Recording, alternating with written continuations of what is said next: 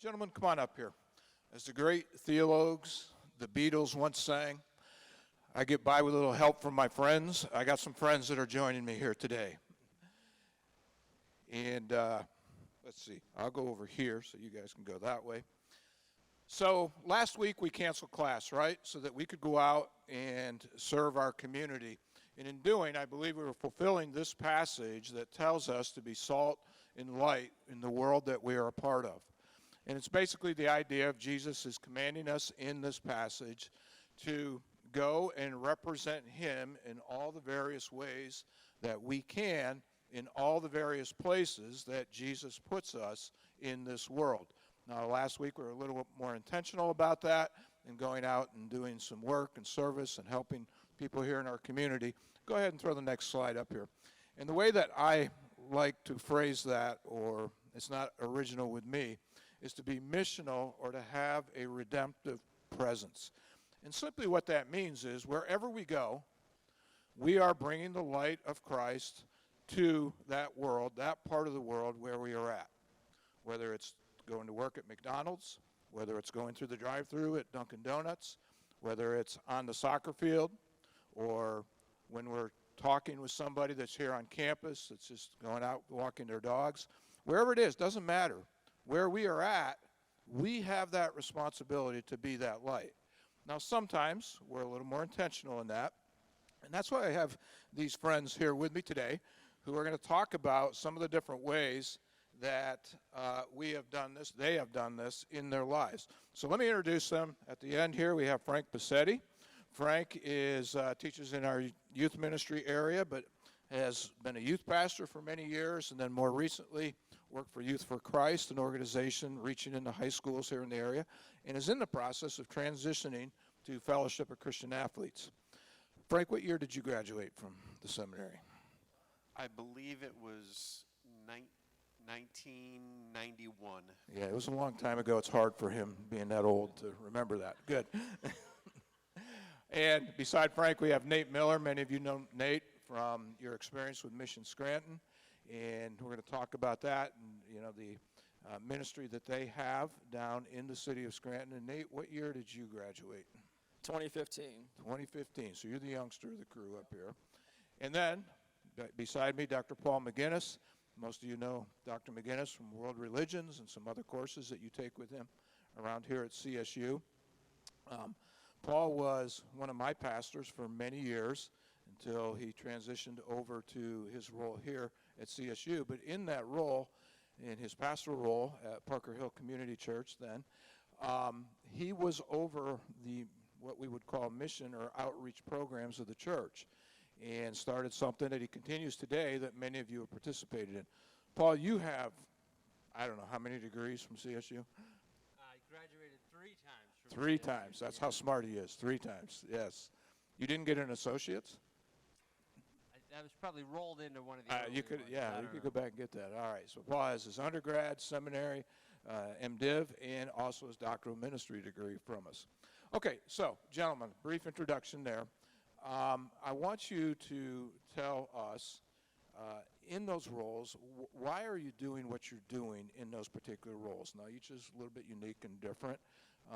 Frank, let's just start with you. Let's talk about you've transitioned from your church ministry to some extra church organizations, in particular headed towards FCA, but you also coach here in the area at Abington Heights. So let's talk about that a little bit. For 23 years, I was a youth pastor in 2 different churches, and during that time, one of the things I found the most enjoyment doing was working with students that didn't have a relationship with Christ. And that's kind of what led me in 2014 to go to work with Youth for Christ, who specifically focuses on reaching students in the public schools that wouldn't necessarily come to your youth group, but we would go to them with our ministry.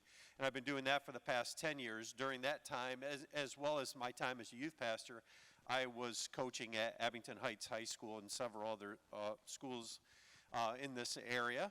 And part of the reason for my coaching was to put me where the majority of the youth are on a daily basis in the community.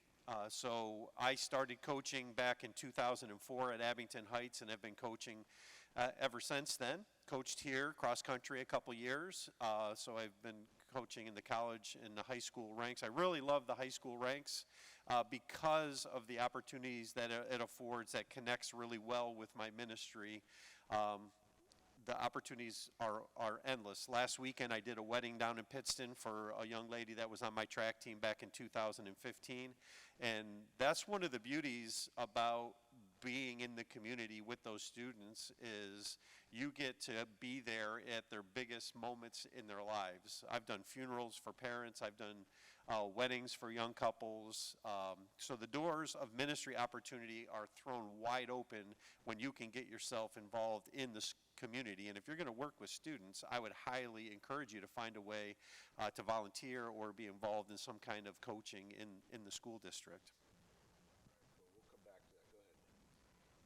Yeah, so Mission Scranton's focus is reaching the next generation in the inner city. So we're working with children and youth. And I was introduced to that actually back in 2012 while I was a student here. And at the time, my phase of life there was focusing more on the American dream, trying to combine both living for God and then also just doing what God wants me to do. But I was introduced to this ministry. We go into one of the low-income neighborhoods. And in that, I was exposed to just a different environment that I wasn't used to. And as we worked with the students there, we would share the gospel. And there, as we were teaching the students, I was challenged in my own faith of what I understood my own faith and sharing that gospel. And as we would share that, I was talking to a kid at one point, and I was like, yeah, so after Jesus died, 3 days later, he came back to life. And the kid was all lit up, and he was like, he's alive? I'm like, yeah. He's alive. And I've had multiple interactions with students like that where they don't know the full gospel of Jesus. And so for me at that point, during my time here at college and a little bit after, I just hit this point where I'm like, okay, I'm studying communications. I want to get into these different careers. But here in our backyard, here in the city, we have people that are not being reached with the gospel. And then I'm going to churches in the area, and there's people that are attending those churches that are just blocks away from the neighborhoods, and they have no idea about the need. And so God really just transformed my perspective to then be missional and to advocate for these families, for these neighborhoods, and continue to mobilize the local church and believers to go to where they're at to then bring the gospel. I love that, Nate. For me, it goes global, and not that it doesn't for these guys, but in 2005, we started a partnership in Cape Town, South Africa, and one of the couples there had a heart for the prison, Pollsmoor Maximum Security Prison, completely overcrowded, overrun by gangs and violence, and they started praying in the corridors there, eventually started offering clinics and workshops, eventually had a worship service every 2 weeks, and somebody interviewed Joanna Thomas, who was kind of heading that up, and said, why would you go into this? Why would you do this? And she said something that I think is pretty powerful. She said, God is already present there. We just need to make him visible. And there's no place in the world where God is not present, right? There are no God-forsaken places. God is present everywhere, but it's the people of God that make him visible, that show his grace and his love and his kindness and reach out with that light, that redemptive presence that Dr. Higley mentioned. And so since then in South Africa, we've been able to be a part of that in Kenya, and many of you have been a part of that the last 2 years. Personally, been able to be a part of that in Haiti. And then this coming year, over spring break, we're going to go to Guatemala and see what it looks like there to make the presence of God visible and to encourage what God's already doing in those places. All right, thank you very much, gentlemen. So a follow-up question for each of you then.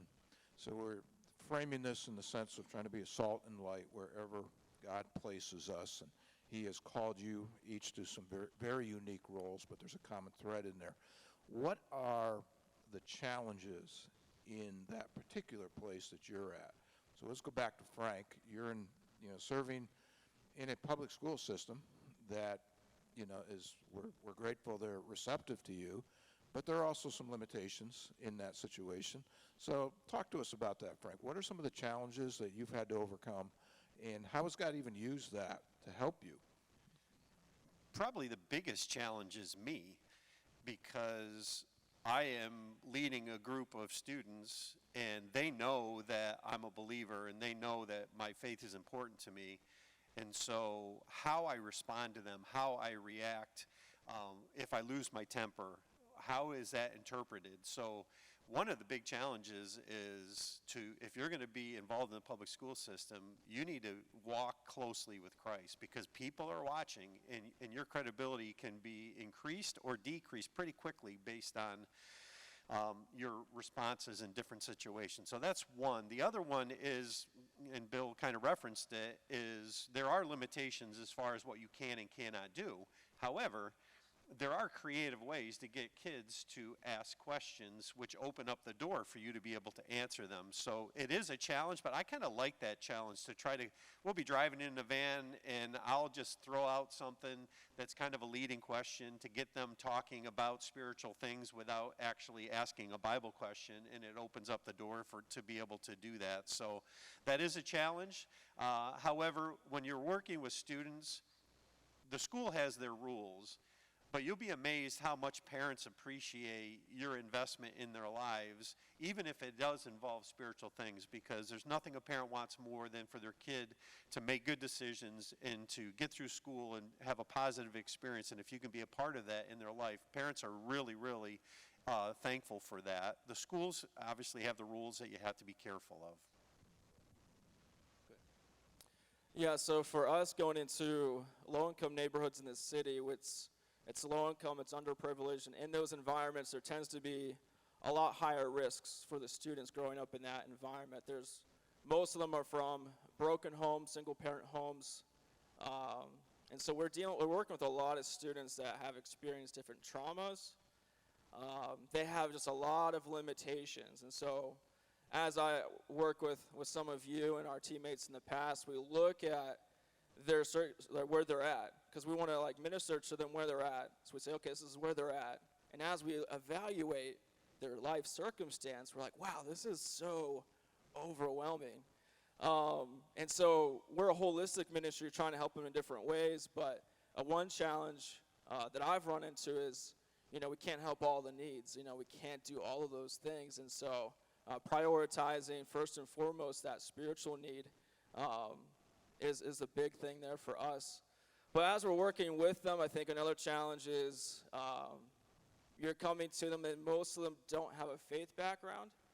So then we come in and we start sharing teaching from the Bible, sharing the good news of Jesus, what he did.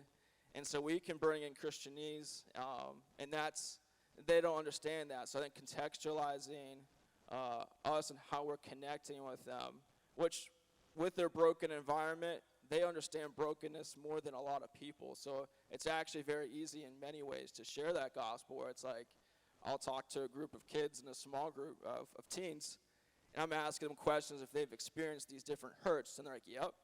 Have you been hurt in a relationship? Yep. And then I'm getting through all of them, like, who do you trust? And I'm like, well, nobody. And then I was like, okay, if you can't trust anybody, where's the hope? And I'm like, yeah, there is no hope. And then there just provides that entryway of like, well, you're right. We do live in a broken world, and that's because of sin. And that's why we have Jesus here, introducing that hope. So it's a challenge, but in some ways it's so much easier because they're pretty straightforward about the reality. And they'll say how it is, and you get to bring that truth to them. So in that, it looks from a human perspective, it looks pretty hopeless as far as seeing them come to Christ. Being a home that's not saved and following Jesus, we're always running into that challenge. So we really got to depend on God as we're faithfully going there. Yeah, a lot of those challenges are the same on a global scale, and in some ways just magnified. Whether it's in rural Kenya or Guatemala, the brokenness between us and God, the spiritual brokenness, there's brokenness between us and other people, that relational, social brokenness, and then this world just isn't working as it should. There's a physical brokenness as well. And so that plays itself out in lots of different ways. Access to clean water, quality education, job opportunities, and economic development. And so just those basic human needs is often at play in the communities where we're going into, and then seeing, okay, how can we help to strengthen the relationships that are here and that are just broken, and reconnect people to God, encourage the churches as they move forward. How can we help those schools to get better and be what they need to be for these kids, and doing that through child sponsorship? How can we physically be a part of bringing water or medical care or things like that to a community? So the challenges, are pretty similar. They're just often expanded, kind of exponential, and it's the local leaders that are the ones that get to be the hope, that are the ones that are the key and that are making the difference there. As we empower those local leaders, they're the heroes that are bringing that clean water or quality education or medical care to those communities. So, because of time, we could go into a whole lot more questions and issues that you gentlemen have raised. So I'm going to ask each of you a particular question unique to your calling here in your part of the conversation today. So I'll start with you, Paul. So you've taken many of these people out here with you to the other side of the world, literally. What do you want to see happen when we come back here? I've been with you on trips. It's been fantastic. You do a wonderful job of leading them. But it's not just about taking a trip somewhere around the world, right? What do you want to see happen when we get back here to Clark Summit, Pennsylvania?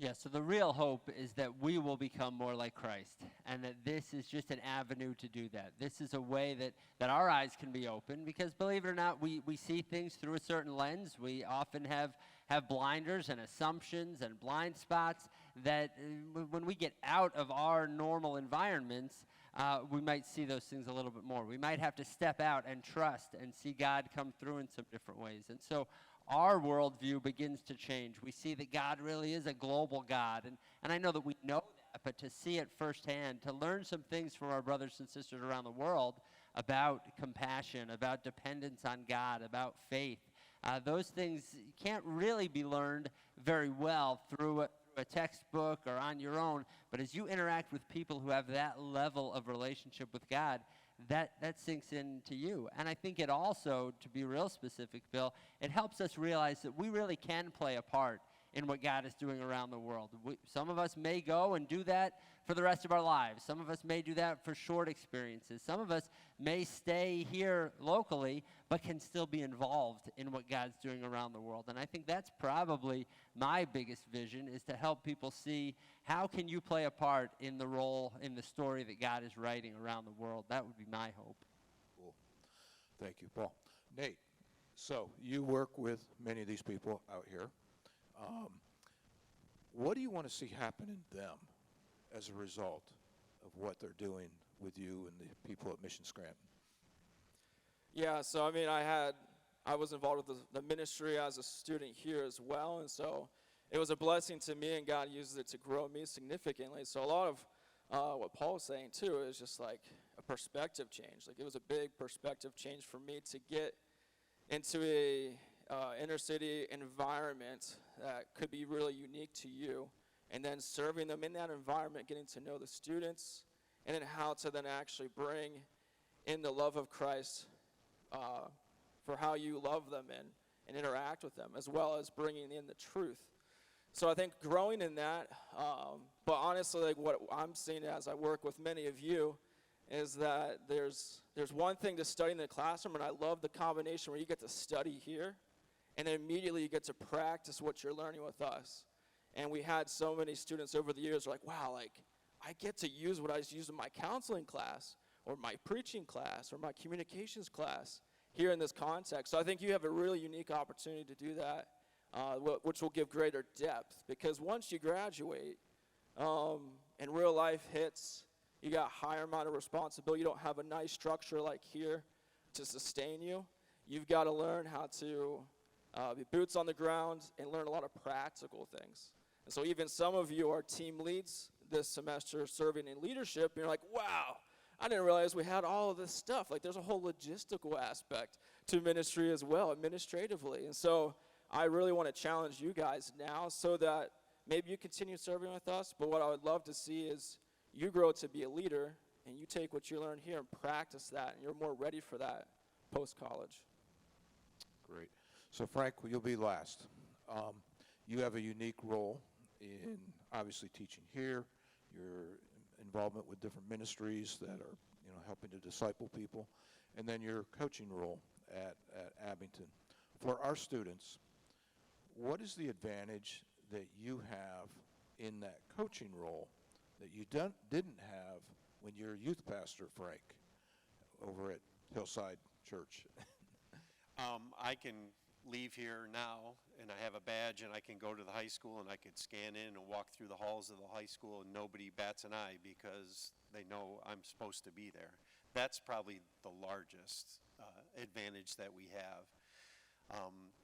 Ecclesiastes says that God's placed eternity in the heart of man. Blaise Pascal talked about it in a vacuum that humans have. And what I hope to see accomplished is the students that I work with, they're stuffing all kinds of things into that void, and it's not meeting their need. And so I look at my coaching as an opportunity to help them to understand and come to know that the only thing that fills an eternal void is something or someone eternal.